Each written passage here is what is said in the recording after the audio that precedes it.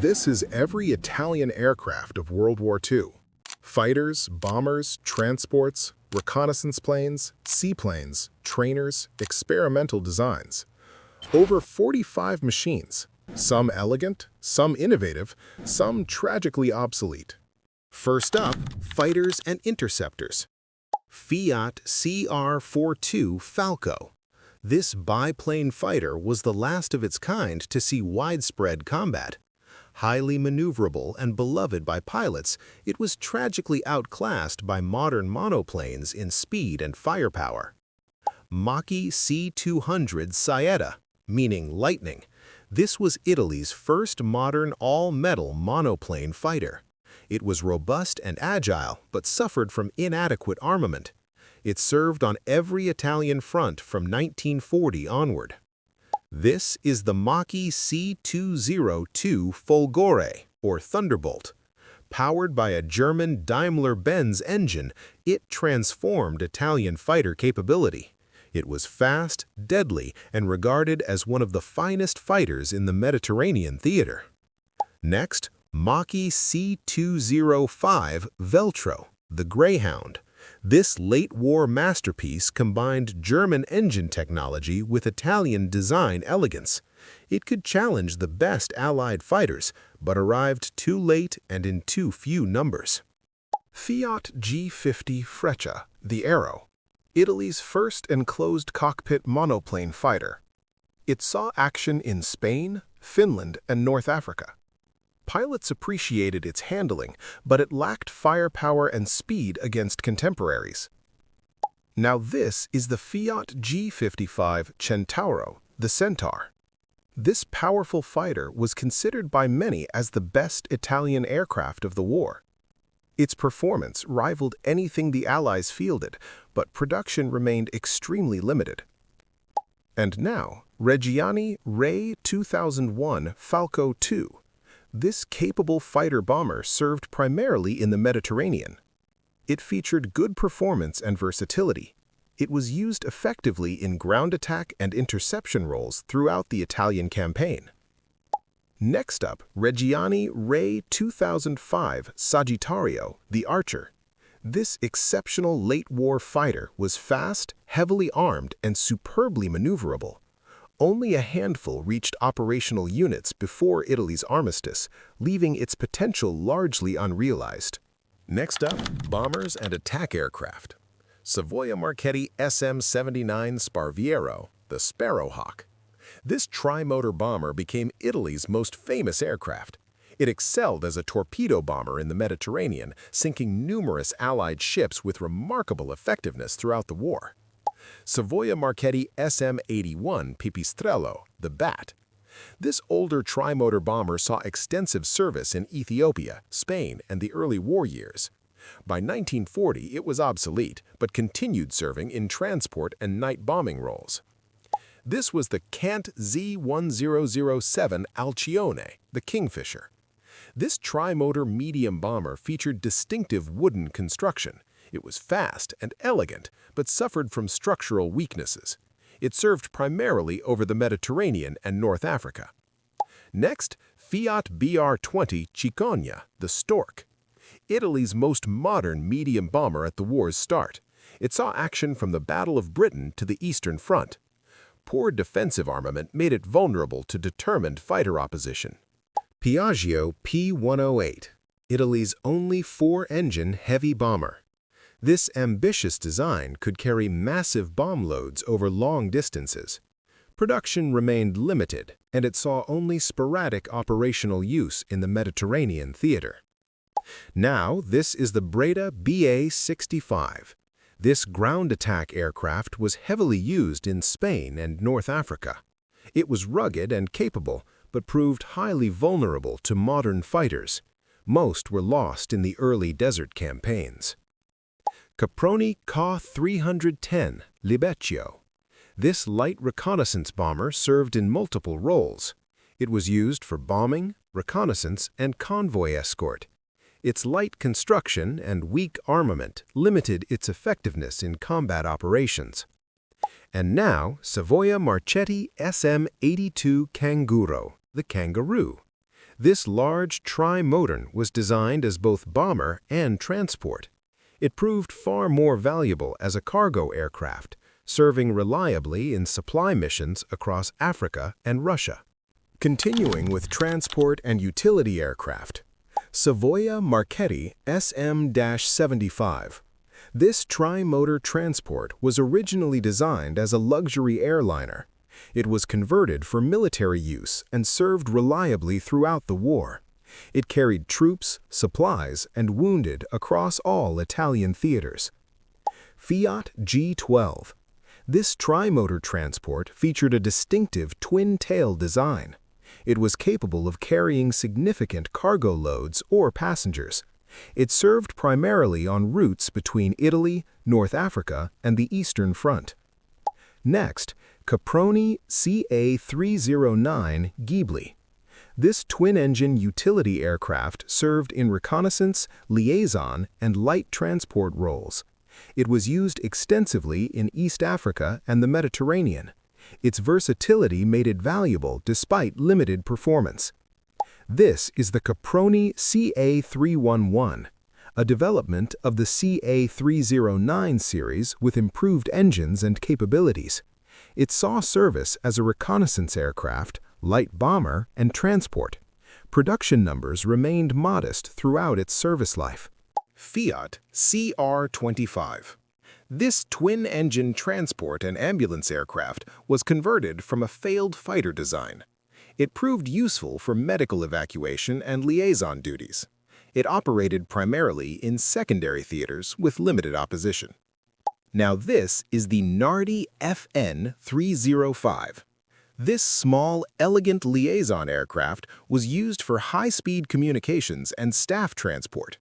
Its excellent performance and handling made it popular among senior officers throughout occupied territories. Caproni CA133. This tri-motor transport was heavily used in Italy's African colonies. It could operate from rough airstrips and carried troops or cargo reliably. Thousands of sorties were flown in Ethiopia and North Africa. Next up, IMAM RO-37. This biplane reconnaissance and liaison aircraft served extensively in the early war. It was reliable and could operate from improvised fields, gradually replaced by more modern types as the war progressed. Continuing with reconnaissance and maritime aircraft, Caproni K314. This twin-engined reconnaissance bomber was developed from the K310 series. It featured improved engines and performance. It served in patrol, reconnaissance, and light bombing missions across the Mediterranean and Aegean theaters. IMAM RO-43. This catapult-launched float plane served aboard Italian warships for reconnaissance and observation. It was reliable and provided crucial spotting capability for naval artillery. It operated throughout the Mediterranean from cruisers and battleships. This was the Cant Z506 Airone, the Heron. This elegant tri-motor float plane excelled in maritime reconnaissance and air-sea rescue. Its exceptional range and seaworthiness made it invaluable. It saved hundreds of downed airmen throughout the war. Next, Cant Z501 Gabbiano, the Seagull. This single-engined flying boat was used extensively for long-range maritime patrol. Despite obsolescence and vulnerability, it performed countless reconnaissance missions over the Mediterranean and Red Sea. Now this is the Maritime RO-1. This small observation float plane was designed for coastal reconnaissance. It served with limited success in patrol duties. Its light construction made it vulnerable, but allowed operation from small vessels. Fiat RS-14. This twin-float seaplane fighter provided air cover for Italian naval convoys and coastal operations. It was reasonably effective despite performance limitations. Production remained small due to competing priorities for land-based fighters. Piaggio P108T. This was the dedicated transport version of Italy's heavy bomber. It featured a redesigned fuselage for cargo and passengers.